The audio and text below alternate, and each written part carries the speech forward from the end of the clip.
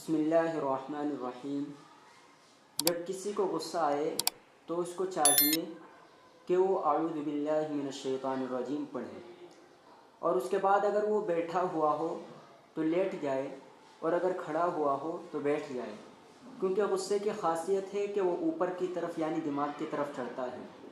تو ہمیں اگر ہم کھڑے ہو تو بیٹھ جانا ہے، اور اگر بیٹھے ہو تو لیٹ جانا ہے۔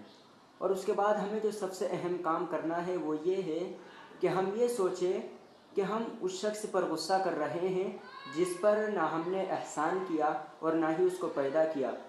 تو اگر اللہ تبارک و تعالی ہم پر غصہ کریں جس نے ہم کو پیدا بھی کیا اور لاکھوں کروڑوں انعامات بھی برسائے، تو پھر ہم کیا کریں گے؟ تو یہ سوچنے سے انشاءاللہ اللہ کی ذات سے پکی امید ہے کہ ہمارا غصہ ختم ہو جائے گا۔ باقی تفصیل کے لیے آپ مطالعہ کریں اصلاح خطبات مفتی تقی عثمانی کی جلد نمبر 8